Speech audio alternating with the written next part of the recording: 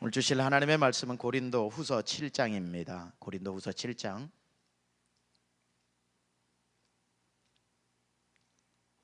8절에서 16절입니다. 고린도 후서 7장 8절에서 16절까지 우리 함께 일어나셔서 살아계신 하나님의 말씀을 한 목소리로 같이 봉독하겠습니다. 시작.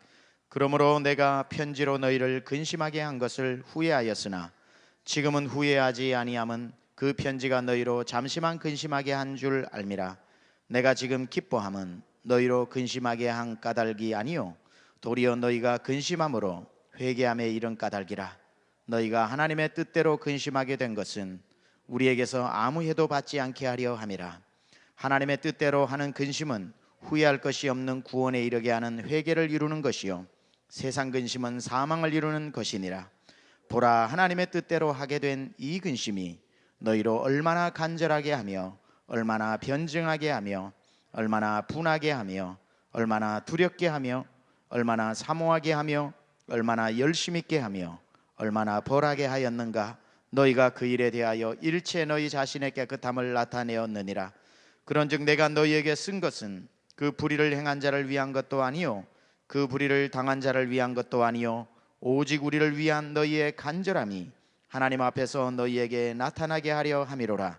이로 말미암아 우리가 위로를 받았고 우리가 받은 위로 위에 디도의 기쁨으로 우리가 더욱 많이 기뻐함은 그의 마음이 너희 무리로 말미암아 안심함을 얻었음이라. 내가 그에게 너희를 위하여 자랑한 것이 있더라도 부끄럽지 아니하니 우리가 너희에게 이른 말이 다 참된 것 같이 디도 앞에서 우리가 자랑한 것도 참되게 되었도다. 그가 너희 모든 사람들이 두려움과 떨므로 자기를 영접하여 순종한 것을 생각하고 너희를 향하여 그의 심정이 더욱 깊었으니 내가 범사에 너희를 신뢰하게 된 것을 기뻐하노라. 아멘. 우리 앉으시겠습니다. 할렐루야. 이 밤에 여러분 잘 나오셨습니다. 우리 오늘 밤 찬양에 은혜 많이 받으셨죠? 금요 성령 집회가 얼마나 귀한 밤인지 모르겠습니다. 우리 저 고효선 목사님 앞으로 한번 나와보세요.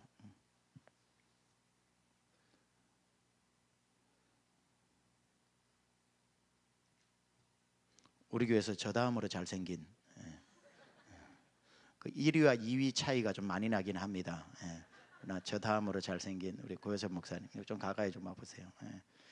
우리 고효선 목사님이 금요 식구들한테는 광고를 해야 될 것 먼저 해야 될 것 같아요. 우리 금요 저녁에 아주 저랑 파트너가 돼서 지난 7년 동안 사역을 잘 했는데 이번 주일로 사역을 내려놓게 됐습니다.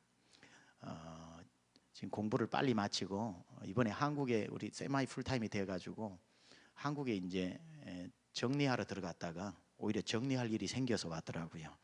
그래서 아버님의 부름을 받고 공부를 빨리 마치고 들어가야 되는 상황이 좀 되었습니다. 그 아버님 목사님의 친서를 받아서 와서 제가 어떻게 뭐 다르게 어르신 목사님 부탁이기 때문에 빨리 공부를 마쳐서 훈련을 잘 받았기 때문에 지금 한국에 와야 될 상황이니까 세미한 교회가 기도하면서 도와달라는 부탁을 받고 제가 기도하는 중에 또 한국 교회에 귀하게 쓰임 받는 일꾼이 필요하기 때문에 그래야겠다. 그게 우리 세미한 교회 아닌가 생각을 해서 아쉬운 마음은 많지만 또 하나님께서는 또 귀한 주의 종들을 세미한 교회 지켜나가시기 때문에 기쁨으로 빨리 공부 마치고 이제 공부를 빨리 마쳐야 한 1년 반 정도 걸리는데 더 늦으면 우리 사회까지 하면은 4, 5년 걸릴 수 있는 공부가 되기 때문에 그래서 공부 열심히 하는 조건으로 매 학기마다 성적표 저한테 제출하는 조건으로 그렇게 제가 오케이를 하고 우리 축복해 주면서 사실 1년 반 전에도 그러겠다고 나갔다가 도저히 사역하고 싶어서 3개월 만에 복귀했거든요. 이번에 진짜 공부 열심히 해가지고 졸업을 하시고 하나님의 영광을 위해서 쓰임 받을 수 있어야 되는데 제가 오늘 그런 마음이 들더라고요. 우리 금요 성령 집회 우리 식구들이 반주 좀 준비해 주시면 우리 사모님 같이 한번 올라오세요. 둘이 우리 기도 한번 같이 해주고 또 주일날 우리 주보 광고밖에는 주일날은 또 서서 인사하는 것밖에 안 되니까 이렇게 기도할 시간이 많지 않은 것 같습니다. 우리 시간에 우리 이 가정을 위해서 기도합시다. 잘 훈련받아서 한국 땅에서 정말 무너져 있는 한국의 여러 가지 영적인 무너진 재단들을 세우는 귀한 종으로 훈련받아서 하나님 앞에 쓰임 받을 수 있도록 지난 7년 동안 세미한교회에 하루같이 수고하고 땀 흘린 깨끗한 심령으로 섬긴 부부인데, 이 마음으로 어디를 가나 교회를 사랑하고 하나님 앞에 남은 기간에 훈련 잘 받아서 인텐시브하게 훈련받아서 하나님 앞에 영광스럽게 쓰임받는 귀한 종의 가정 되게 해달라고 우리 이 시간 간절하게 한번 같이 기도하겠습니다. 하나님 아버지, 이 시간 주의 종을 위해서 기도합니다. 하나님께서 아버지 하나님 훈련시키시고 지난 7년 동안 세미한 교회에서 많은 것으로 아버지 하나님 이 가정을 세워주시고, 또한 이 가정이 세미한 교회를 충성스럽게 섬긴 종의 가정이오니 하나님께서 이들의 앞길 위에 은혜와 복이 있게 하여 주시고, 아버지 하나님의 잘 준비하여 무너진 대한민국 조국재단 느헤미야의 심정으로 돌아가 아버지 하나님의 그 재단을 세우며 대한민국의 어두워진 세상을 밝히는 이 시대의 귀한 아름다운 종이 될 수 있도록 이 부부 위에 은혜와 복을 더하여 주시옵소서. 전능하신 하나님께서 직접 가르치시고 직접 말씀하시고 직접 인도하여 주셔서 하나님 아버지, 이 시대에 주의 일꾼이 없는 시대에, 쓰실 만한 일꾼이 적은 시대에 하나님 앞에 쓰임받는 귀한 종의 가정 되게 하여 주옵소서. 하나님 아버지, 귀한 주의 종의 가정을 위해 기도합니다. 잘 훈련받고 조국의 무너진 성벽을 안타까워하며 돌아가 52일 만에 성벽 재건했던 느헤미야처럼 훈련받고 조국으로 돌아가 무너진 재단 일으키고, 이 시대에 하나님 많은 주의 종들이 배출되나 하나님이 쓰실 만한 일꾼이 심히 적은 이때에 주님 나라 유익한 종의 가정이 되어 쓰임받게 하여 주옵소서. 오직 하나님 아버지, 성공과 출세를 꿈꾸지 않고 종의 모양으로 하나님 성도들의 발을 씻기며 하나님 예수 그리스도 닮은 종의 모습으로 잘 훈련받고 쓰임받게 하여 주옵소서. 세미한교회 지난 7년 동안 하루같이 충성스럽게 섬긴 이 하나님 아름다운 부부의 섬김을 기억하시고, 앞으로 하나님 가는 길 사역길 위해 하나님께서 시온의 대로를 열어 주옵소서. 예수님의 귀하신 이름으로 축원하며 기도드리옵나이다. 아멘. 우리 격려의 박수하겠습니다. 얼마나 찬양을 열심히 했는지 양복이 다 젖었네 아주. 교회는 우리 성도님들이 신앙생활을 이렇게 잘 할 수 있도록 제가 가장 좋아하는 구절 중에 목회적 목양 일념으로 가지고 있는 게 갈라디아서 4장 19절인데, 갈라디아서 4장 19절에서 바울이 형제들아 너희 속에서 그리스도의 형상이 이루기까지 내가 해산하는 고통을 맞이 아니하노라, 그렇게 얘기하는, 그것이 저의 목양 일념으로 우리 성도님들의 삶에 그리스도의 형상이 이루어질 수 있을 때까지 해산하는 고통으로 목양하겠다. 이게 저의 목양 일념으로 가장 귀하게 여기는 성경 구절입니다. 그뿐 아니라 교회는 성도님들을 그리스도의 장성한 분량에 이르게 해야 되지만, 우리 교회에 약 지금 20명 정도의 부교역자가 있는데 계속 오고 또 계속 가고 해야죠. 그래야 계속 교회들을 세우기 때문에 오고 가는 것에 있어서 당황스러우면 안 되고, 우리가 또 이렇게 이곳에서 귀한 주의 종 은혜도 받았지만 함께 섬겨서 또 세상에 필요한 교회들을 이렇게 우리가 미니스트리 하는구나. 그래서 목회자 양성할 수 있는 기관도 분명히 되어야 되기 때문에 좋은 목사님들 오셔서 훈련받고 좋은 곳에 흩어져서 이 땅에 쓰임받는 그러한 사명을 또 여러분이 가지셔야 됩니다. 그래서 하나님께서 또 우리 교회에 앞으로도 또 많은 사역자들을 보내어서 또 훈련받고 또 때가 되면 파송하는 그러한 귀한 교회로서의 사명도 온전히 감당할 수 있기를 바랍니다. 그리고 먼저 말씀 또 전하기 전에 한 가지 더 광고가 있는데요. 다음 주 금요일은 금요 성령 집회가 없습니다. 이곳에서 없습니다. 교회 협의회에서 1년에 한 번씩 하는 교회 연합 부흥성회가 다음 주 금요일 토요일 주일날 있는데, 금요일 토요일 주일날 연합 부흥성회를 하기 때문에 우리가 교회 협의회 멤버에 들어가 있기 때문에 우리가 따로 우리 이렇게 집회를 하면 교회 일치를 이렇게 본의 아니게 깨는 건 아니지만 도움이 되지 않는 그런 건 안 되겠다. 그래서 우리가 다음 주 금요 성령 집회를 자체로 가지지 않고 여러분이 교회 협의회 부흥성회에 참석을 하시면 좋겠습니다. 아까 보니까 그 예배팀이 저 뒤에서 다음 주에 없다면서 고효선 목사님이 예배팀을 세워놓고 다음 주는 금요 성령 집회 없으니까 어느 교회에서 그 집회가 있으니까 하라고 그러는데 맞는 정보가 하나도 없어요. 그 얘기한 교회는 다 틀린 교회예요. 보니까 예배팀 특히 잘 들어야 돼요. 다음 주 금요일 저녁은 중앙연합 감리교회가 아니고 웨슬리 교회에서 웨슬리 교회 우리 이전 건물입니다. 웨슬리 교회에서 하고 토요일 저녁은 목자훈련학교는 합니다. 토요일 저녁에 여기 하시는 분들은 저랑 만나셔야 되고 토요일 저녁에는 영락교회 그러니까 7시 반입니다. 7시 반 3일 모두 주일 저녁에는 세미양교회 이렇게 해서 세 교회에서 하게 됩니다. 그래서 금요일 저녁에는 웨슬리 교회에서 봅시다 하고 옆에 분하고 한번 인사하세요. 그래서 웨슬리 교회 우리 이전 건물이 어떻게 생겼는지 모르는 분들은 좋은 기회입니다. 가셔가지고 한번 보시면 좋고 저도 아주 기대감이 되고요. 그리고 토요일 저녁 영락교회, 주일 저녁 세미양교회 그렇게 해서 주일 저녁에가 우리 침례교가 호스팅을 하는 거기 때문에 여러분들 많이 주일 저녁에 나오셔야 되고요. 이번에는 제가 나오시라 말할 필요도 없어요. 첫날 저녁만 나와 보시면 3일 저녁 안 나갈 수가 없는 분이 오십니다. 그 박보영 목사님이라고 인천 방주교회 담임하시는 감리교회 목사님이신데 이분 첫날 저녁에 간증을 들어보시면 아시겠지만 요즘 시대도 이런 목사님이 계시는구나. 예수님을 가장 닮은 그러한 삶을 직접 사시는 분입니다. 간단하게 여러분이 다음 주 금요일 많이 나오기 위해서 조금 도움의 말씀을 드리자면 이분은 의대를 졸업하고 의사로서 지금 엄청나게 돈을 막 끌어모으던 성공한 의사였습니다. 그러던 중에 어떤 큰 하나님을 다시 목사님 아들이었는데 이런저만한 이유로 하나님을 만나고 그 재산 수십억 35억인가 되는 걸 다 가난한 사람들에게 나누어 줘 버립니다. 그리고는 39에 제 기억이 정확지 않을 수는 있습니다. 39에 신학교를 가서 신학 공부를 하게 되면서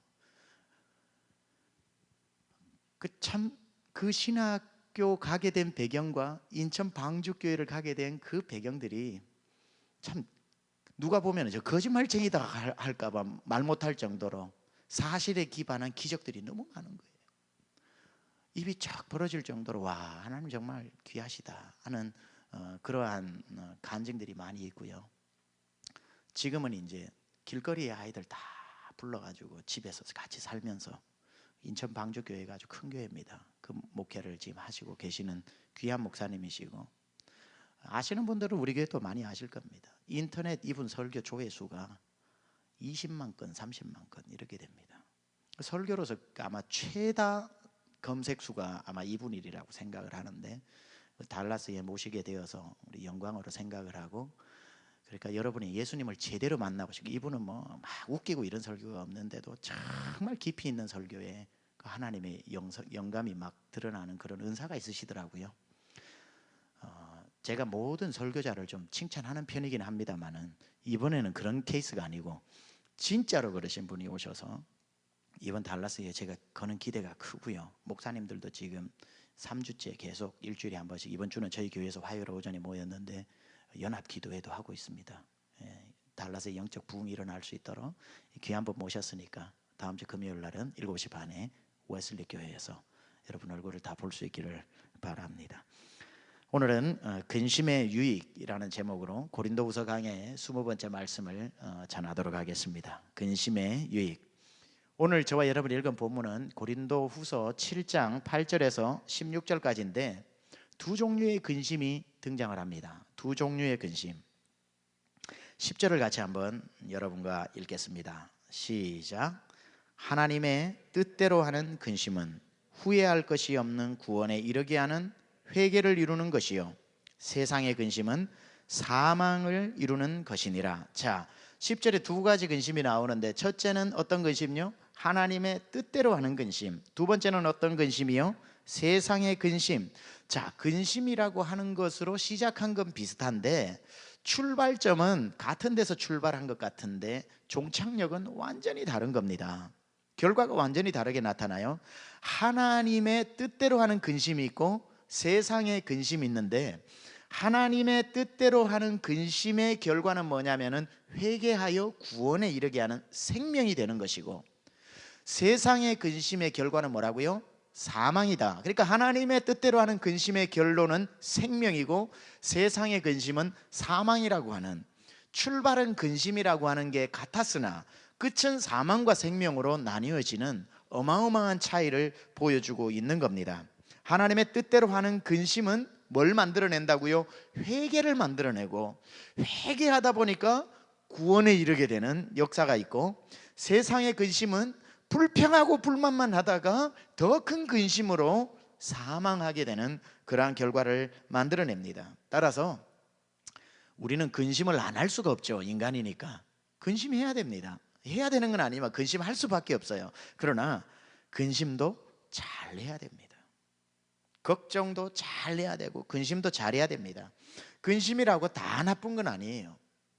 하나님이 만드신 모든 것이 선함에 그것을 어떻게 활용하느냐에 따라서 굉장히 귀한 머추리얼이 되기도 하고, 우리가 절대로 취해서는 안 될 것도 되기도 하는데, 근심이라고 다 나쁜 건 아니라 근심 활용법을 잘하면 이 근심은 여러분에게 오히려 생명과 회개를 만들어내는 아주 놀라운 어떤 통로로 사용될 수 있다는 겁니다. 그래서 근심도 잘하자. 자, 한번 따라해요. 근심도 잘하자.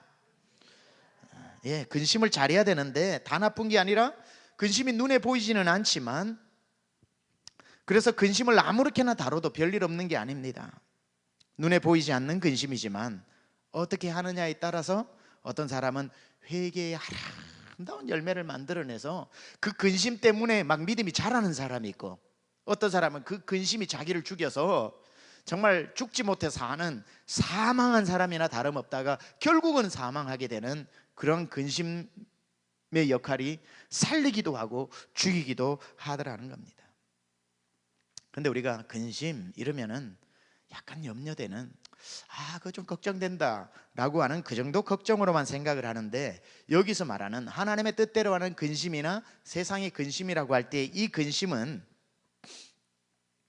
그거보다 훨씬 깊은 근심, 그러니까 오랫동안 여러분을 사색하게 만드는 그러한 깊은 근심을 이야기하고, 툴툴 털면 털어버리는 그 정도의 근심이 아니라 여러분을 정말 괴롭히는 그런 근심을 말하고 있는 겁니다. 헬라어로 말하면은 루페오라고 하는데, 루페오, 이 루페오라고 하는 단어를 영어로 먼저 해석을 해보면은 deep sorrow 이런 뜻입니다. 아주 깊은 슬픔, 깊은 슬픔. 여러분이 살다 보면 그런 슬픔들이 좀 찾아오지 않습니까? 깊은 슬픔, 그러니까 꿈에도 막 나타나는 슬픔, 근심. 그러니까 근심이 그냥 TV 재밌는 개콘 한번 보고 나면 싹 사라져버리는 그런 근심 말고, 앉으나 서나 밥 먹을 때나 얘기할 때나 누웠을 때나 잠잘 때나 심지어 꿈까지, 그리고 한숨 자고 아침에 일어날 때도 제일 먼저 떠오르는 게 그 생각인 그런 deep sorrow, 굉장히 깊은 어떤 슬픔과 근심을 루페오라고 이야기하고요. 또 다른 말로는 이렇게 얘기합니다. To experience deep and emotional pain. 그러니까 여러분이 누구의 말에 의해서 상처를 받은 거, emotional pain. 그러니까 누가 뭐 교통사고가 나가지고 여러분 몸에 멍이 든 게 아니라 누구의 말 한마디 때문에 상처를 받았는데, 별거 아닌 것 같았는데 집에 오면서 점점점 마음이 서운해지고, 집에 앉아서 생각하니까 점점점 괘씸해지고, 나중에 잠자리에 누워서 보니까 잠이 안 올 정도로 나를 괴롭히고, emotional pain, 그런 것 때문에 요즘 여러분이 고민하고 있다면 그게 바로 오늘 루페오라고 하는 근심이라는 뜻입니다. 그러니까 짬뽕 먹을까 짜장면 먹을까 이런 근심 말고, 그러니까 여러분의 잠도 못 자게 만들고 잠을 자면 꿈속에서도 떠나가지 않는 근심 뭐 있을 겁니다. 그렇죠? 자녀에 대한 근심이 될 수도 있고, 여러분 삶의 존재에 대한 근심일 수도 있고, 여러분의 사업에 대한 근심일 수도 있고, 여러분을 근심하게 만드는 그 근심, 그러니까 deep sorrow 또는 deep emotional pain, 여러분을 아프게 해서 아픈 거, 그러니까 어떤 문제 때문에 생기는 근심 말고 누구 때문에 받은 상처. 야, 이 누구한테 한 대 맞으면 일주일이면 멍이 사라지는데, 제가 요즘 청년들 격려한다고, 청년들이 지금 토요일 아침 되면 축구를 열심히 하는데, 목사님, 구본석 목사님이 또 저를 괴롭히는데 1등이거든요. 목사님이 한 번만 등장해 주시면 우리 청년들이 힘이 날 것 같습니다. 한 번만 축구하러 토요일 아침에, 금요 성령 집회 마치 힘드시겠지만 한 번만 등장해 주십시오. 그래서 제가 몇 주 전에 등장을 했잖아요. 와, 청년들이 얼마나 좋아하는지 몰라요. 얼마나 좋아하는지 몰라요. 그래서 나간 김에 제가 5골을 넣었다는 거 아닙니까? 나간 김에. 예. 총 5골 넣은 중에 5골이라는 게 더 중요하죠.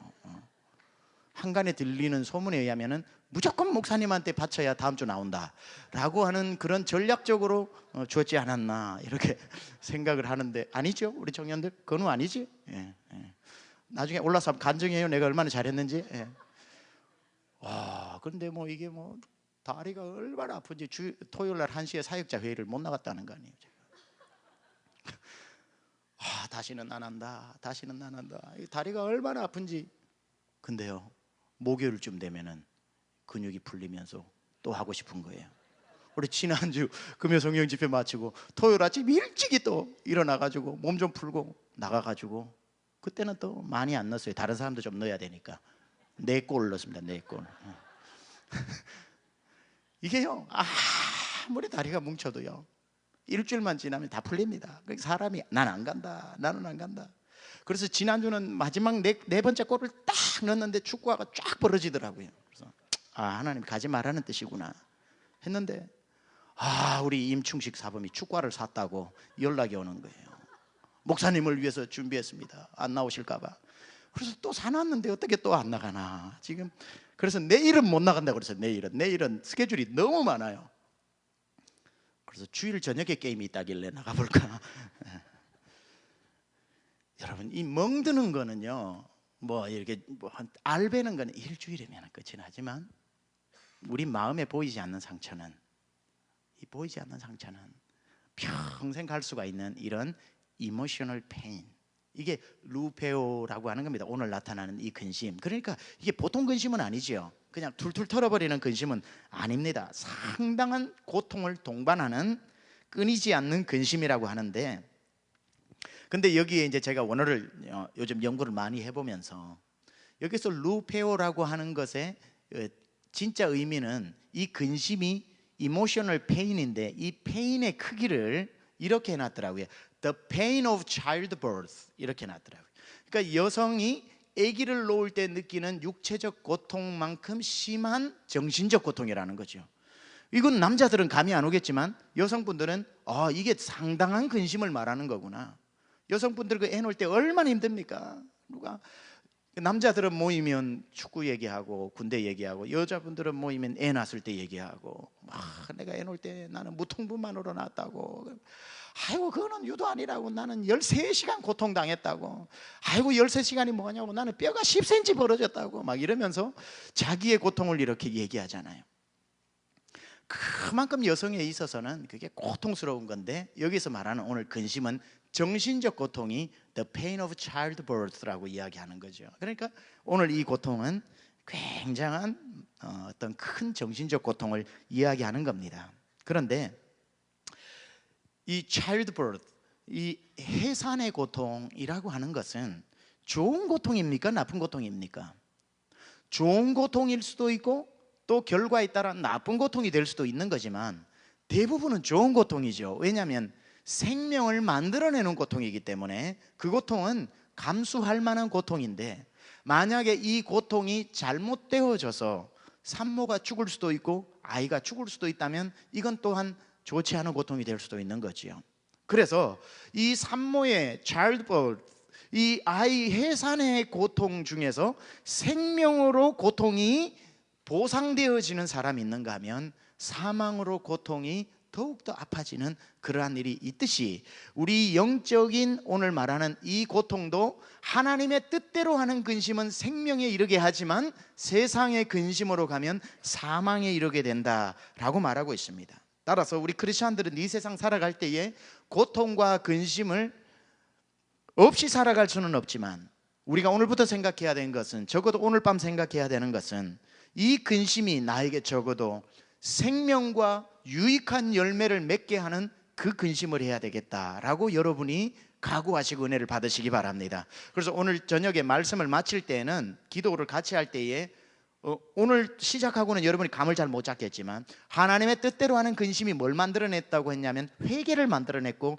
회개로 인해서 우리의 삶의 생명과 구원이 이루어졌다고 했기 때문에 오늘 저녁은 회개의 기도를 하게 될 겁니다. 따라서 여러분이 말씀 듣는 내내 오늘 밤 하나님이 나에게 어떠한 부분에 있어서 회개하라고 하시는지에 대한 성령의 음성을 귀 기울이면서 오늘 말씀을 들으시기 바랍니다. 그리고 마치 우리 한번 기도합시다 라고 하면 후다닥 일어나서 가지 마시고 성령께서 여러분 마음에 주신 그 감동을 따라 회개함으로 생명을 얻어서 돌아가시는 은혜가 있기를 축원합니다. 사람은 늘 근심하고 생각하면서 성숙하게 되는 거지요. 그 생각이 깊은 사람을 성숙한 사람이라고 하지 않습니까? 그렇죠? 몇 년 전 제가 샌프란시스코를 방문할 기회가 있어서 거기에 있는 Legend of Honor이라고 하는 그 바닷가 높은 언덕에 세워진 박물관, 유명한 박물관이 있습니다. 거기에 제가 방문하게 되었는데 그 박물관 입구에는 유명한 한 조각상이 있습니다. 유명한 조각상이 있는데 이 중에 계신 분 중에 한 분도 모르는 분이 없을 겁니다. 거기에 그 유명한 로댕의 생각하는 사람이 그 박물관 앞에 세워져 있습니다. 진품입니다. 전 세계에 몇 개, 한 10개 정도를 만들었다고 하더라고요. 그 중에 진품이 있는데 요거는 똑같이 생겼는데 거기 있는 건 아니에요. 그러나 제가 사진을 도움을 얻기 위해서 가져왔는데 아주 웅장합니다. 저는 처음에 이 로댕의 이 생각하는 사람 이걸 뭐 중학교 때 미술 시간에도 보고 여러 가지 보면서 한 저만 할 줄 알았어요. 크기가 직접 가서 보니까 저보다 훨씬 한 몇 배로 크더라고요. 굉장히 큰 조각상이 저렇게 로댕에 의해서 만들어져 있었습니다.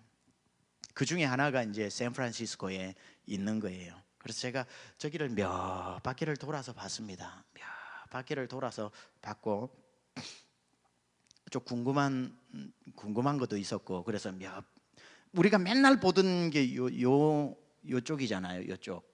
요 각도에서만 봤잖아, 그렇죠? 저쪽 각도에서 보신 분 있습니까? 그 뒤에서 보신 분 있습니까? 저는 앞이 상당히 궁금하더라고요. 앞에 가서 로댕이 앞은 어떻게 만들었나 하체를 중심으로 봤습니다.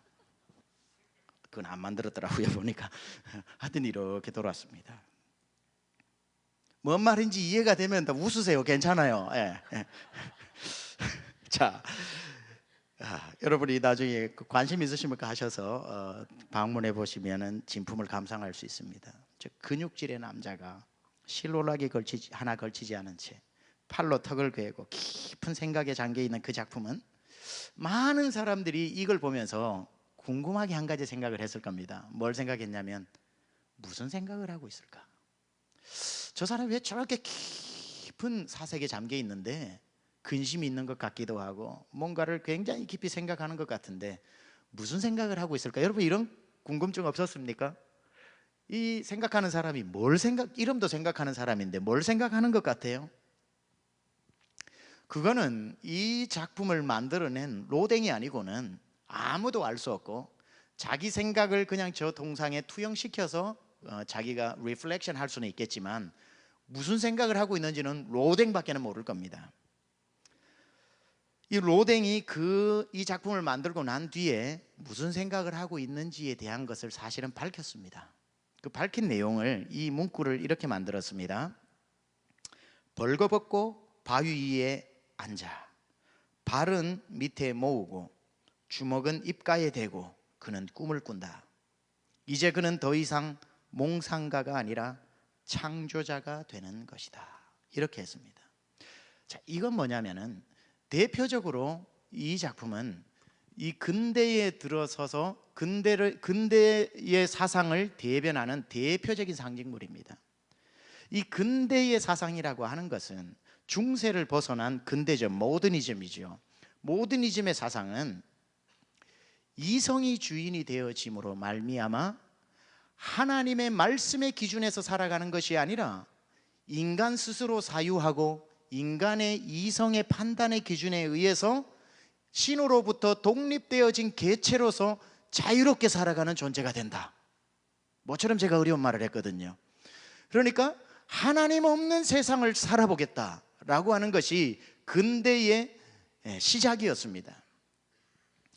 그러니까 지금 이 로댕이 만든 이 생각하는 사람은 이런 생각에 잠겨 있는 거죠. 나는 그냥 허황된 꿈을 꾸는 게 아니라 내가 이제 내 삶의 창조자가 되어야 되겠다라고 하는 그 생각을 하고 있다라는 거죠.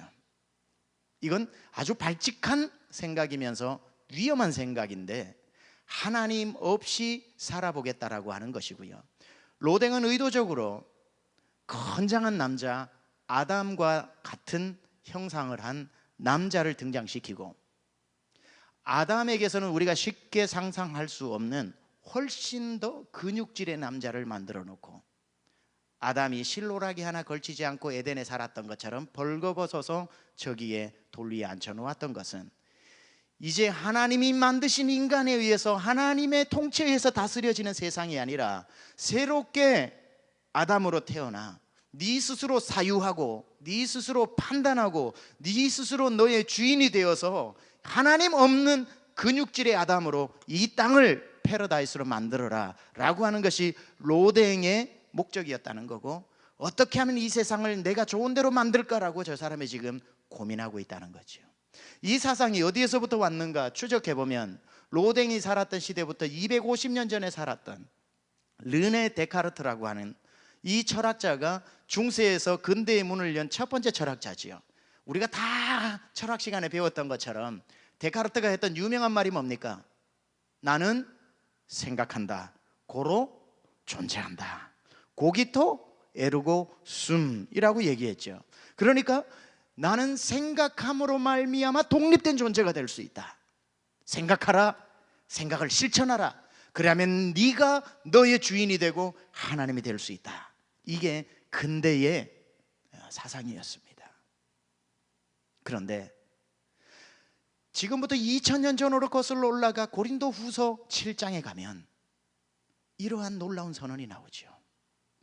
오늘 이 생각하는 사람이 턱을 개고 생각하고 있는 하나님 없이 세상을 내가 원하는 세상으로 만들려고 하는 깊은 그 사색, 하나님이 없는 그 깊은 사색의 결과가 뭐라고요? 사망이다 라고 이야기하고 있죠. 2000년 전에 이미 선언되어진 결과입니다. 하나님 없는 사색은 아무리 깊어도 그 결과는 사망인 거죠. 아니나 다를까 지난 100년 1세기를 돌아보면, 지난 세기를 돌아보면 그야말로 하나님 없는 세상을 꿈꾸는 사람들에 의해서 하나님 없는 세상을 만들었다가 하나님 없는 세상의 결과를 여실히 보여준 시대를 우리는 경험했죠. 신은 죽었다 라고 하는 니체의 말을 듣고 마르크스는 대영 제국의 그 도서관에 앉아 방대한 공산주의 이론을 만들어내고 그걸 가지고 소련 레닌은 공산주의 국가를 만들어서, 그래 신은 죽고 인간이 주인 되어지고 인간이 다스리는 나라를, 유토피아를 만들어 보자라고 만든 그 공산주의가 사망에 이르게 되었다라고 하는 것을 우리의 눈으로 직접 확인하지 않았습니까? 그 결과물이 아직도 남아있는 우리 북한 아닙니까? 공산주의가 들어올 때 제일 먼저 했던 게 뭡니까? 성경을 불사르는 거였지요. 하나님의 이름을 못 부르게 하는 거였지요. 종교 지도자들을 다 먼저 숙청하는 거지요. 하나님을 몰아내고 인간이 주인 되기 위해서 세워진 공산주의에 오늘 북한의 수많은 사람들이 사망으로 죽어가는 그것은 성경 고린도 후서에서 말씀하고 있는 하나님의 뜻대로 하지 않는 근심, 세상의 근심, 세상의 사상, 이것은 당연히 사망으로 귀결되어진다는 거죠. 이게 공산주의의 모습을 띠지 않아도 민주주의, 미국도 마찬가지입니다. 모양은 다르지만 민주주의도 공산주의도 목적은 하나입니다. 사람이 주인 되는 것 아닙니까? 사람이 주인 되기 위해서 In God we trust 하면서 세워진 이 미국이 점점점 인간을 중심으로 놓으면서 인간 평등, 인간 존엄, 인간 어떤 이퀄리티 이런 걸 주장하기 시작하면서 지금 시작되어지는 거대한 거세 작업이 뭡니까? 하나님의 이름을 빼는 것 아닙니까? 위험천만하지요. 미국은 이 상태로 가다가는 사망의 집단적 홀로코스트가 일어날 수 있습니다. 하나님의 이름을 다 빼고, 지금 학교에서 하나님의 가시라는 용어를 못 쓰는 거 아시지요? 지난주입니다. 17일이니까 미국 공군에서 공군 입대하면은 처음에 드리는, 누구든지 공군에 입대하는 사람이 고백하는 것 중에 그 문구죠. 선언문 중에 So help us God이라고 하는 단어가 있는데 그걸 공식적으로 빼버렸습니다. 조금 있으면 여러분 돈에서 In God we trust 이 단어가 곧 없어질 겁니다. 미국에서는 하나님을 다 빼버리고 하나님 없는 세상을 지금 만들고 있죠. 결과는 뭐라고요? 사망이라는 겁니다. 하나님 없이 살아보겠다고 하는 몸부림. 하나님 없이 우리도 독립적 개체로 사유할 수 있다. 얼마든지 우리가 살만한 세상은 우리 힘으로 만들어낼 수 있다. 그러나 그 결과가, 그 고민에서 나온 프로덕이 결국은 사망으로 가게 된다는 겁니다.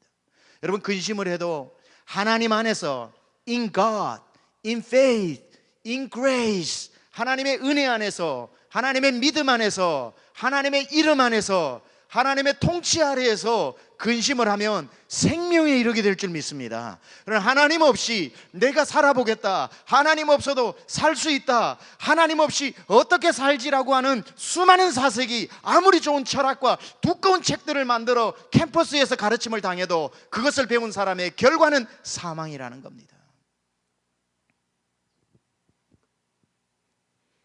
하나님을 몰아내기 시작하면서 미국은 절벽을 향해서 지금 사망을 향해서 과속 질주를 하고 있죠. 스피드 리밋을 오버해도 보통 오버한 게 아닙니다. 지금.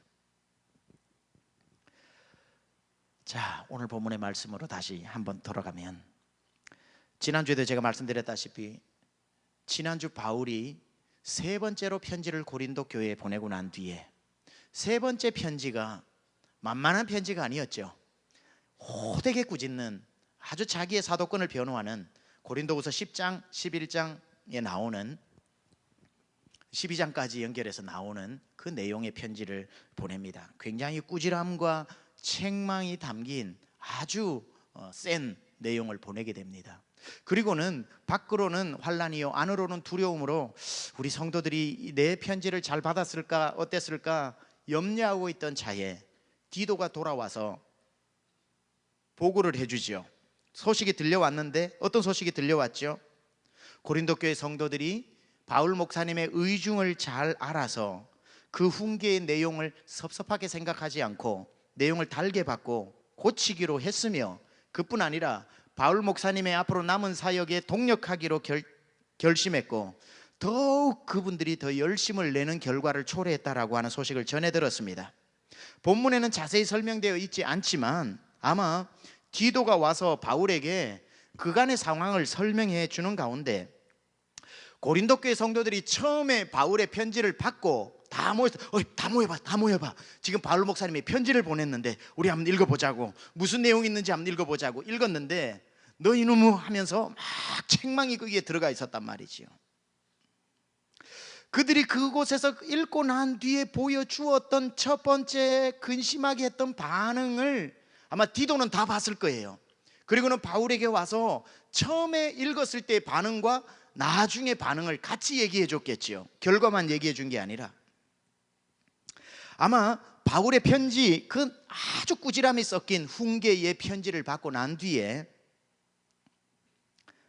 고린도 성도들이 처음에는 굉장히 서운했을 것 같아요. 자기 담임 목사님으로부터 그런 꾸지람을 듣고 훈계를 들으면 누군들 기분이 좋겠습니까? 제가 여러분 중에 아무나 불러가지고 그렇게 안 봤는데 실망입니다, 그러고도 얼굴을 들고 다니십니까? 만약에 이랬다면 할렐루야, 목사님이 저에게 이렇게 영적으로 관심을 가져주시다니 꾸지람을 들어도 팬타스틱합니다 하는 분은 아마 없지 않을까 싶습니다. 담임 목사님으로부터 그런 꾸지람을 듣고 훈계를 들으니까 좌절감이 들었을 거예요, 고린도 교회 성도들이. 그리고 다른 사람이 꾸짖으면야 뭐 그냥 흘려 듣겠지만 자기들이 존경하는 바울 목사님, 담임 목사님이 자기를 꾸짖고 혼냈다는 것이 너무 서운하고 우울증까지 유발할 정도로 마음이 좋지 않았습니다. 그리고 생각했겠죠. 왜 우리가 이런 말을 들어야 할 정도로 잘못했나? 억울하다. 아니 그리고 우리랑 있을 때 얘기를 하지. 왜 멀리 가서 이런 편지를 쓰냐, 기록에 남게. 그게 이해도 안 되고. 정말 이 글을 읽어보니까 속상하다. 우리가 이 정도로 못난 사람인가?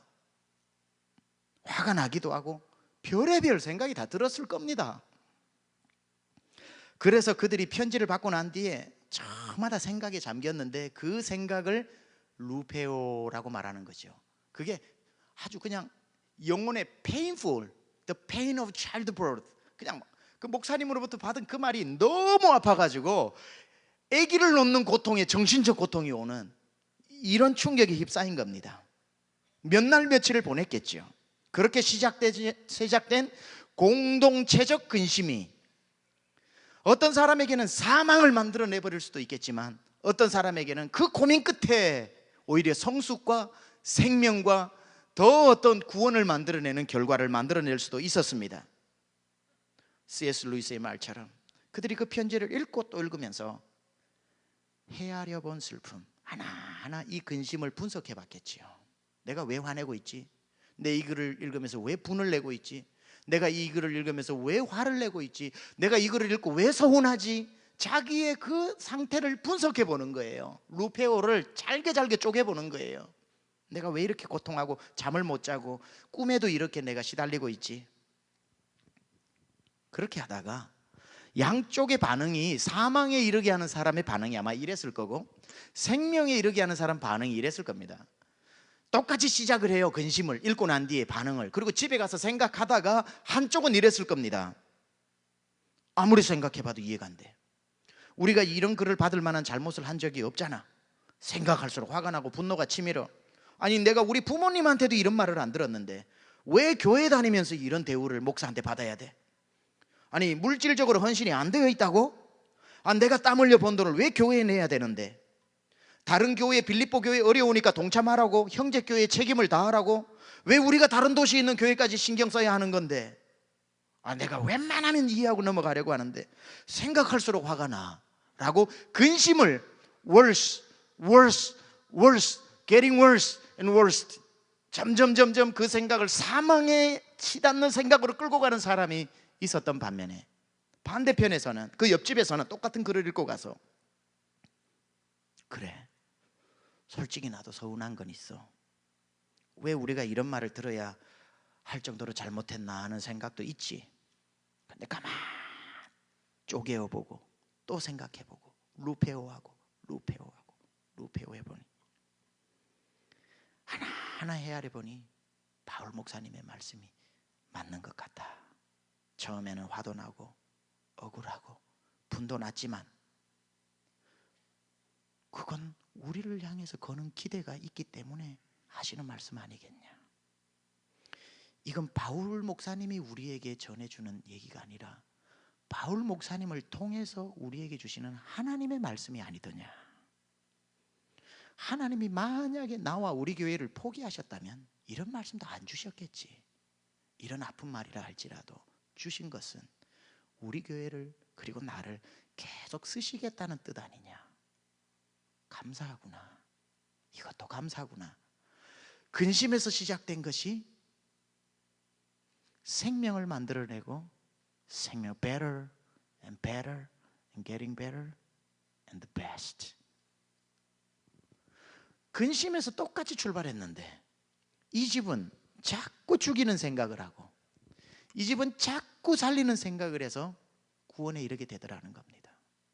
여러분, 어떤 하나님의 말씀이 여러분에게 선포되어져서 첫날은 서운할 수 있고 누군가가 여러분에게 툭 던진 말이 소화도 안 되어가지고 여러분을 괴롭히고 몇 년 전에 들었던 말이 멍은 다 사라졌는데 갈수록 고통이 더해진다면 그것을 방치해 두지 말고 하나님의 뜻대로 하는 근심으로 바꾸어서 자꾸 하나님이 이 고통을 통해서 이 근심을 통해서 무엇을 말씀하시는가 또 생각하고 또 생각해서 생명을 만들어내는 곳으로 여러분이 나아가시기를 축원합니다.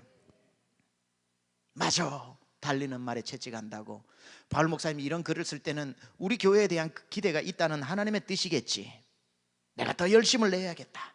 내가 좀 더 교회를 사랑해야 되겠다. 내가 좀 더 목회자와 한 마음으로 동력해야 되겠다. 그래, 맞아. 고린도 지역만 책임지면 고린도 교회 수준이 아니지. 우리가 제일 바울 목사님이 개척한 교회 중에서 부유한 교회라며. 그래, 저 어려운 빌립보 교회에도, 저 데살로니가 교회에도, 저 개척된 에베소 교회도, 저 그레데 교회도, 로마 교회도 다 좀 돌봐야지. 아니, 서바나까지 선교사 보내야지. 이렇게 생각이 열리고 또 열리고 열리게 되더라는 것이요. 근심에서 시작해서 생명으로 나가는 사람이 있는 반면 근심에서 시작해서 사망으로 가는 사람이 있더라는 겁니다. 여러분은 언제 어떤 일이 여러분의 근심으로 턱하니 들어와 가지고 여러분의 루페오가 되었는지 몰라도 지금 그거 자꾸 어금니 다 부서집니다. 자꾸 각오하지 마세요. 자꾸 두고 보지 마세요. 시력 나빠집니다. 두고 보지 마세요. 자꾸 두고 보면 눈 나빠져. 성경을 봐야지. 왜 그 사람을 자꾸 두고 봅니까? 언젠간 하면 들이받는다고. 본때를 보여준다고. 자꾸 그렇게 악한 생각으로 하면 그 사람은 밥 잘 먹고 아무 일 없이 살고 있다는 사실을 아십니까? 이빨을 가는 내 이빨만 망가지고 있고 두고 보는 내 눈만 시력이 점점 침침해지고 있고 본때를 보여준다는 악한 마음에 내 심령이 썩어져 가고 있다는 거. 결국은 내가 죽는 거예요. 내가 사망하는 겁니다. 놓아주세요. 놓아주세요. 그분 붙잡고 있다고 되는 게 아닙니다. 다 하나님의 뜻 안에 맡기는 게 믿음 아닙니까?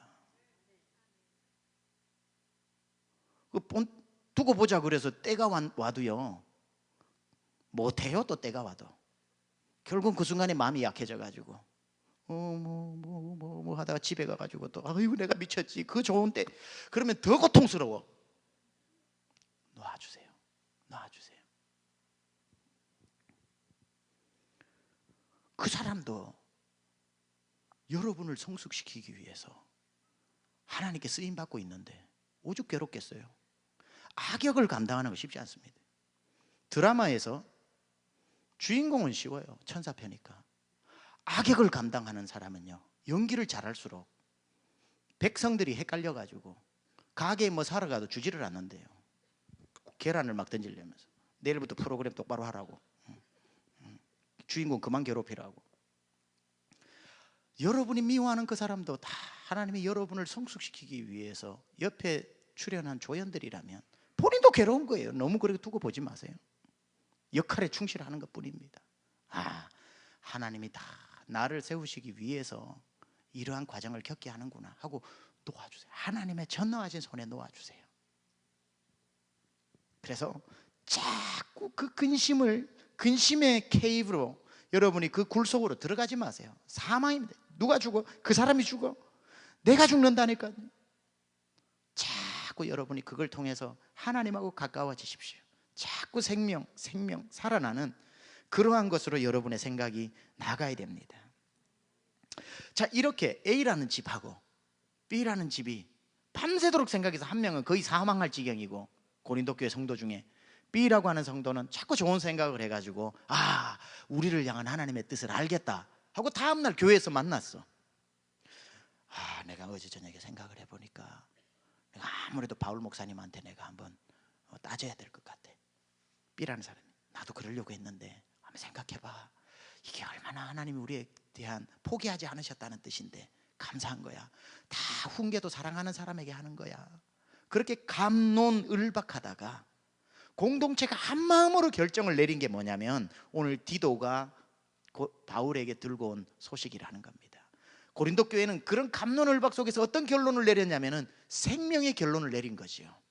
바울 목사님의 말씀을 달게 받았고 그것 때문에 공동체가 회개하기 시작했고 회개함으로 생명의 역사가 일어나기 시작했고 바울 목사님의 사역을 동력하기로 했고 다른 교회들도 돌아보기로 했고 자기들에게 주신 은사를 최대한 활용해서 하나님의 영광을 위해서 사용하기로 했대더라. 그런 교회로 성숙하게 되니까 고린도 교회를 쓰시게 되는 것이요.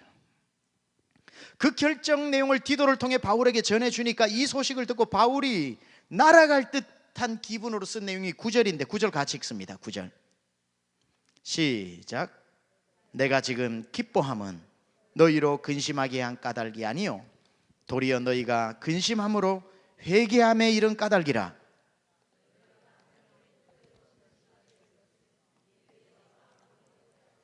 바울이 내가 지금 기뻐하는 것은 너희에게 근심을 했는데 근심시켜 놓고 나도 마음이 조마조마했지만 들려오는 소식 보니까 그 근심이 사망으로 가지 않고 근심이 회개로 갔고 회개가 구원으로 가서 여러분들이 하나님이 여러분에게 주시려고 하는 메시지를 정확하게 알아들었다라는 것으로 인해 너무 기쁘다는 겁니다. 바울은 떠나 있지만 다 알았던 것 같아요. 참 탁월한 목회자죠. 여러분이 이 글을 읽고 밤새도록 무슨 고민을 했는지 내가 압니다. 어떤 사유의 과정을 거쳤는지 다 압니다. 그리고 그 밤에 나도 잠을 자지 않고 하나님 제발 이쪽 방향으로 생명의 방향으로 가게 해달라고 기도했습니다 라고 하면서 그들 머릿속에 들어갔다 나온 것처럼 그날 밤의 고민을 11절에 다 나열하고 있죠. 11절에 뭐라고 얘기하냐면 보라 하나님의 뜻대로 하게 된 이 근심이 너희로 얼마나 간절하게 하며 얼마나 변증하게 하며, 그게 뭐죠? 내가 왜 이런 소리 들어야 되는데 나도 한마디 해야지. 변증하게 하며, 화나 얼마나 분나게 하며, 이래 책망받다가 하나님한테 완전히 그냥 우리가 당하는 것 아니야? 두렵게도 하며, 아니야 우리가 더 좀 하나님 앞에 쓰임 받아야 되는데 사모하게도 하며, 더 열심을 내야지 열심 있게 하며, 그 밤에 그들이 겪었던 모든 사유의 고민들을 바울이 다 알고 있잖아요. 바울이 응원했다는 거죠. 고린도 교회 성도 여러분, 이 편지를 읽고 부디 소화해 내시기 바랍니다. 이 편지가 여러분에게 잠시 고민을 던져줄지는 몰라도 이 권면과 훈계를 잘 소화만 해낸다면 여러분의 교회는 생명력 있는 교회가 될 것입니다. 자, 오늘 여러분과 이제 뒷부분으로 설교가 이제 치달으면서 강조하고 싶은 한 가지가 뭐냐면 바로 이겁니다. 여러분에게 근심이 생겼을 때에 근심을 가지고 근심에 대하는 태도가 두 종류의 사람이 있습니다. 근심된 일이 이 세상에 근심된 일이 많고 참 죽을 일 쌓였구나 하는 근심된 일이 여러분에게 딱 생겼을 때에 두 가지의 반응을 보이는 사람이 있다는 거예요. 첫 번째는 근심된 일이 생기면 한숨으로 반응하는 사람이 있습니다. 또 한 사람은 근심된 일이 생기면 기도로 반응하는 사람이 있다는 거죠. 그러니까 오늘 11절에 나타난 보라 하나님의 뜻대로 하게 된 이 근심이 너희로 얼마나 간절하게 변증하게 분하게 두렵게 사모하게 열심 있게 벌하게 하였느냐라고 하는 것은 이 사람들이 그걸 가지고 기도했다라는 뜻이에요. 기도했다라는 뜻. 막 기도하면서 하나님 앞에 하나님 억울하다고, 하나님 나도 할 말 있다고, 하나님 왜 이런 소리 들어야 되냐고 하면서 하나님 앞에 변증하면서 기도함으로 나아감으로 말미암아 결론이 생명으로 이르게 되었다는 거죠. 여러분에게 근심된 일이 종류는 다 다르겠지만 여러분은 쉽게 어떤 반응을 보입니까? 근심이 생기면 한숨 쉰다, 기도한다. 제가 한두 번 여러분에게 설교 때 얘기했던 내용인 것 같기는 합니다. 제가 아는 그 어떤 선교단체에 계시는 선교사님이 아주 좋은 대학교를 나왔어요. 아주 좋은 대학교를 나왔어요. 아주 좋은 대학교면 한국에서 어디 대학교인지 알죠? 그러니까 막 부모님이 땅 팔아 소 팔아 막 다 키워놨는데 아주 좋은 대학교를 나온 이분이 선교사님이 되어버렸어요. 선교사님이 되어버렸어요. 그러니까 그 홀로 되신 어머니가 믿음이 아주 좋은 권사님이신데 너무 실망이 커버린 거예요. 믿음이 좋으면 기뻐해야 되는 거 아닙니까? 그러니까 주여 제가 여기 있사오니 저를 보내십시오 이렇게 성도들은 기도를 안 하고 주여 제가 저기 있사오니 저를 보내십시오 이렇게 많이 기도를 하지, 그 권사님도 남들은 다 열방 땅끝까지 가게 해달라고 기도했는데 그 좋은 대학교 나온 아들이 선교사 되니까 너무 실망이 된 거죠. 가정 예배를 드리는데 애들 둘 앉혀놓고 선교사님 있고 사모님 있고 어머님 있어서 어머님 오늘 가정 예배 시작하는 기도해 주시죠. 그러니까 어머니가 그래 기도해야지. 주여 주여 아버지, 주여 아버지. 기도 스탑, 기도 스탑, 기도 스탑, 기도 스탑. 어머니, 염려할 수 있는데 왜 기도하십니까? 그랬대요. 이 말을 아시겠습니까? 제가 말 실수한 거 아닙니다. 어머니, 염려할 수 있는데 왜 기도하십니까? 염려가 은사시거들랑 염려를 하시고 기도하기로 마음먹었거들랑 염려하지 마십시오. 왜 염려가 은사한 것 같은데 기도를 하고 있습니까? 그렇게 얘기를 했다고 합니다. 우리들의 기도로 위장한 기도 비스무리한데 보면은 염려로 시작해서 염려로 끝내고 가는 사람들이 많습니다.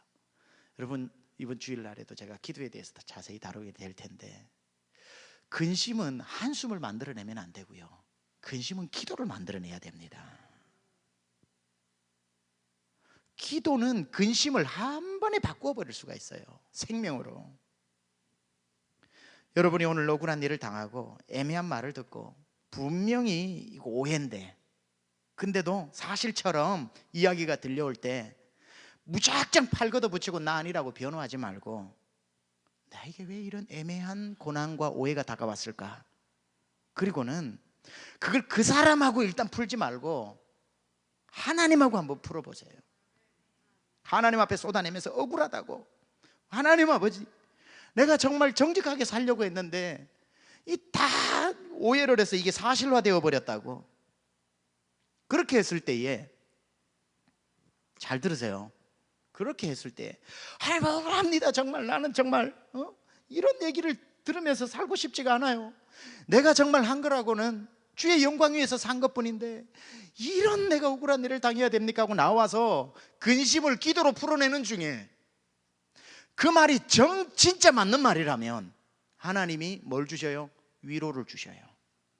내가 안다, 내가 다 알고 있다, 걱정하지 마라. 로마서 8장 28절, 하나님을 사랑하는 자 곧 그 뜻대로 부르심을 입은 자에게는 모든 것이 합력해서 선을 이루지 않냐. 오늘 이 고난도 너에게 소중한, 아주 소중한 것이 될 것이다 라고 위로해 주실 터이고, 하나님 정말 억울합니다 하고 근심을 기도로 쏟아내면 성령께서 깨닫게 해주셔서 진짜 이 사람 말이 맞으면, 진짜 억울하면 위로를 주실 것이고, 진짜 이 사람 말이 틀리면 깨닫게 하여 회개케 하신다는 거죠. 억울합니다 라고 하는데 성령께서 뭐가 억울하냐, 너를 한번 생각해 봐라. 죄송합니다 죄송합니다. 까먹으니까 억울한 게 없어. 그 말이 맞아. 나는 내 정당화 시키면서 살아서 무조건 억울한 일만 당하면 나는 피해자고 너는 가해자라고 생각을 했는데, 와서 기도하다 보니까 성령께서 정말 내가 피해자면 위로를 주실 것이지만, 정말 기도하다 보니까 성령이 깨닫게 하여 주시니까 내가 가해자야. 원인이 나에게 있어. 내가 더 잘못했어. 내가 먼저 더 심한 말을 하니까 내 거는 까먹고 저쪽에서 돌아온 카운터 펀치만 맞고 내가 억울하다고 하고 있는구나. 내가 평상시에 하나님의 뜻대로 살지 않았구나.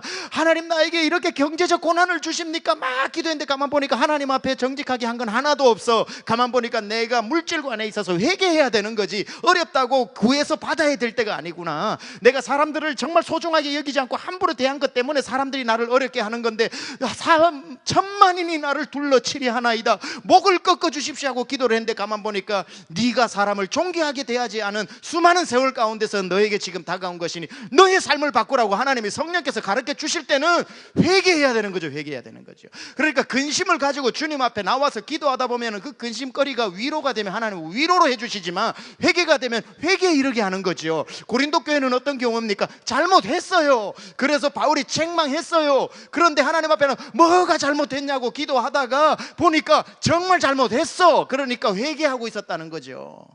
그러니까 회개를 하니까 하나님 회개를 받아 주셨고, 회개를 받으니까 그들에게 구원의 선물을 주셨다는 거지요. 다시 살아날 수 있는, 회생할 수 있는 기회를 하나님이 세컨 찬스로 주시더라는 겁니다. 근데 신기한 건 뭔지 아세요? 여러분이 기도라고 억울하다고 들고 나오는 대부분은 사실은 회개해야 될 게 더 많다는 거예요. 정말 억울한 건 몇 개 없다는 거예요. 자기 자신을 정당화시키지 마세요. 무작정 여러분이 그렇게 의인입니까? 정말 순결합니까? 하나님 앞에 나와서 하나님 억울합니다 그러면은 하나님도 눈물을 흘리면서 나도 억울하다, 너 때문에 내 자식 상처받는 거 정말 하나님이 끌어안아 줄 사람 몇 명 되겠어요? 가만 보면 우리의 근심거리가 다 우리가 뿌려놓은 씨앗들 아닙니까? 하나님 없이 살아보겠다고 내 마음대로 해놨던 모든 어떤 그것에서 발생되어진 것 때문에 지금 당장은 내가 피해를 입는 것 같지만 돌아서 가만 성령의 깨달음으로 보면 내가 다 뿌려놓은 씨앗이야. 내가 가해자야. 회개해야 될 일들이 더 많다고요.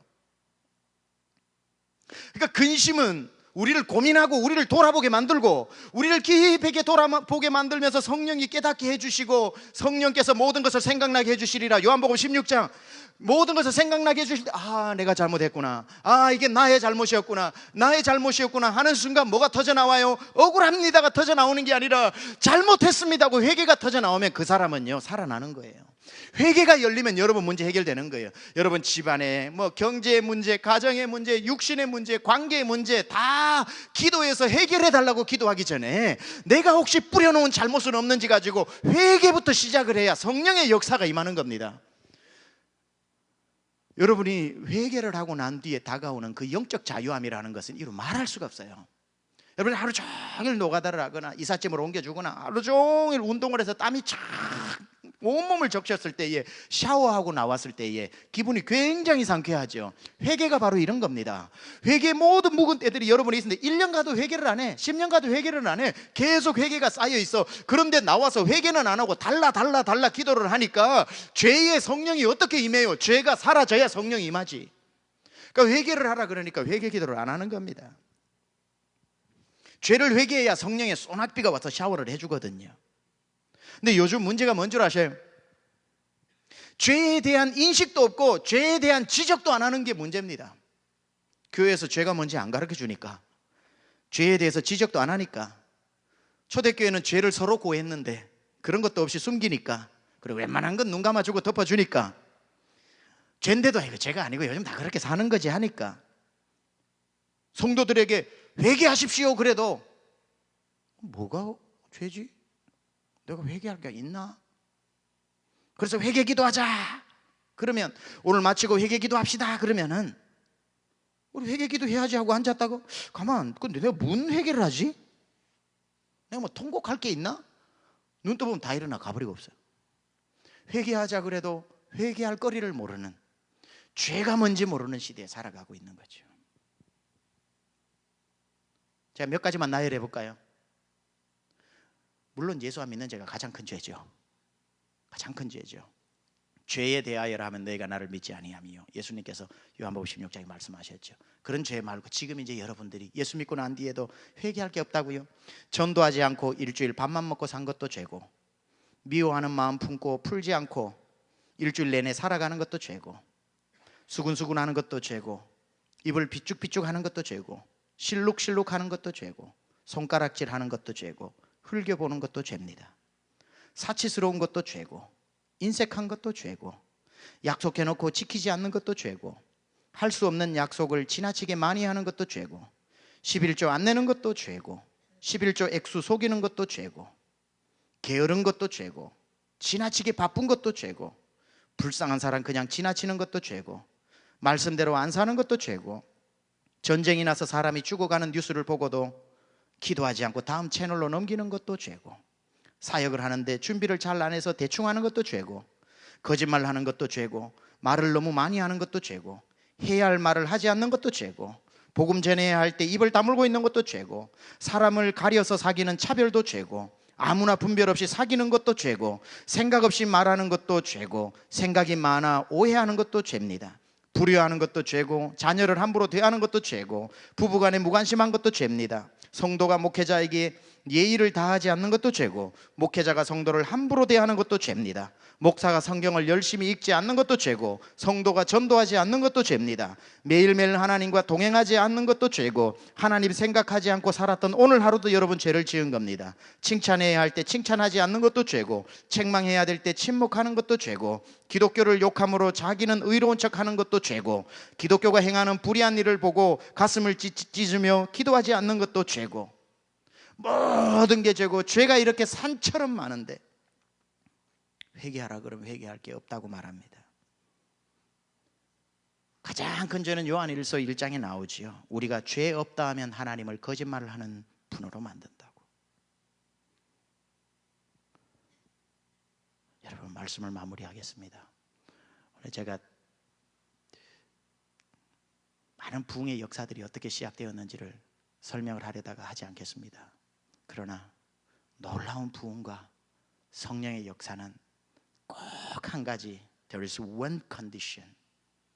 회개할 때 성령이 임하는 겁니다.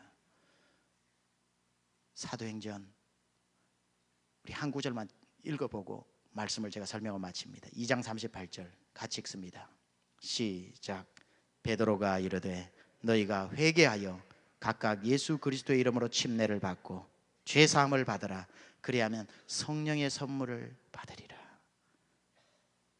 침례 요한이 와서 말한 게 뭐죠? 회개하라, 천국이 가까웠다. 침례 요한이 한 건 단 한 가지입니다. 성도들에게 회개하라는 겁니다.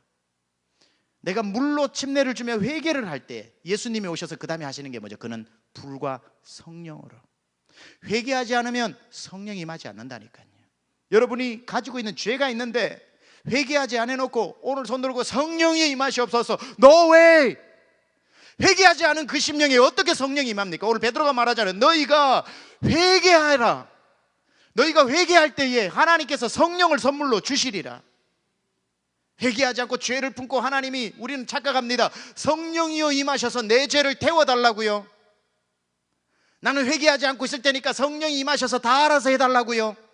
회개는 우리의 몫입니다. 성령의 도우심으로 물론 하는 거지만, 여러분의 죄를 회개할 때 이곳에 나와 기도하면서 여러분이 정말 중심에 하나하나 헤아려보고 하나하나 지나온 것을 생각해보고 여러분을 괴롭히는 것으로 말미암아 지어냈던 생각의 죄, 행동의 죄, 입술의 죄, 여러 관계의 죄들을 하나님 앞에 다 회개할 때에 그 깨끗한 심령 가운데 성령이 임하는 거지요. 내 이름으로 일컫는 내 백성이 스스로 겸비하여 악한 길에서 떠나 내 얼굴을 구하면 내가 하늘에서 듣고 그 사람 고쳐주신다고. 기도 응답은 간단합니다. 회개하면 됩니다. 여러분을 근심시키는 것을 기도로 승화시키시고 그 기도 속에 회개를 담아서 하나님, 내가 서운하고 원망하는 것이 아니라 회개합니다. 하나님 앞에 정말로 회개하면서 오늘 이 시간에 여러분이 다 뭐든지 간에 회개로 하나님 앞에 쏟아내면은 성령의 충만함, 약속하셨기, 제 말이 아니에요. 성경의 말씀이기 때문에 성경에서 너희가 회개하면 성령을 선물로 받으리라. 너희가 죄를 샤워하면 그때부터 성령께서 임해서 너희를 사용하시리라. 하나님이 쓰시는 그릇은 금그릇도 아니라 은그릇도 아니라 무슨 그릇이라고요? 깨끗한 그릇이라. 우리가 깨끗하면 질그릇 같은 인생이라도 보배로운 그리스도가 우리 안에 임하셔서 우리를 사용하신다고 고린도후서 4장이 말씀하고 있잖아요. 우리는 무슨 그릇이냐? 나에게 이런 돈을 줘보십시오. 저 사람 같은 지혜를 줘보십시오. 저 사람 같은 환경을 줘보십시오. 나도 그 다이아몬드 같은 인생을 만들어 주십시오. 주님처럼 일 하나 안 하나, 저 사람처럼 일 하나 안 하나. 주님이 원하시는 것은 금그릇, 다이아몬드, 플래티늄 그릇이 아니라 질그릇 같아도 깨끗한 그릇이면 사용하신다고 했기 때문에 오늘 우리가 회개하는 것을 깨끗하게 만드는 것이고, 깨끗해지면은 오지 말래도 성령께서 아니야, 나는 깨끗한 그릇 좋아하고 여러분이 임해서 여러분의 가정에 임하고 여러분의 사업에 임하고 여러분 삶에 임하고 우리 교회 가운데 임해서 여러분을 사용하실 줄로 믿습니다. 오늘 이 시간에 우리 한번 같이 기도하실 때에 우리 이 시간에 하나님 앞에 우리 다른 찬송을 하지 않고 바로 우리 한번 기도합시다. 기도하실 때에 하나님 앞에 오늘 말씀 들으면서 제가 처음에 설교 때 말씀드렸죠.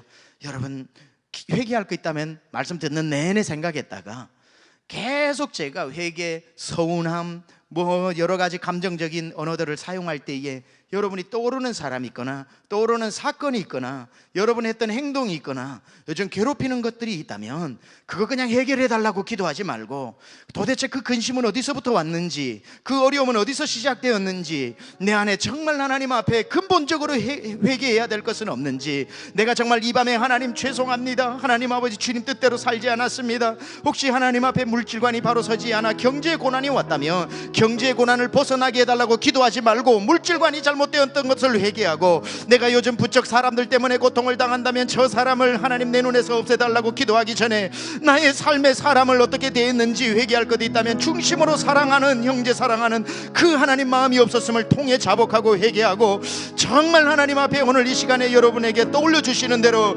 회개하면서 성령의 역사가 임하기를 원합니다. 우리 이 시간에 두 손 들고 하나님 앞에 간절하게 기도하고, 자유롭게 기도하실 분들은 앞에 나와서 계속해서 이어나가면서 하나님 앞에 회개의 기도로 시작해서 생명과 구원에 이르는 기도로 나가겠습니다. 주여 세 번 부르짖고 기도합니다. 주여, 주여.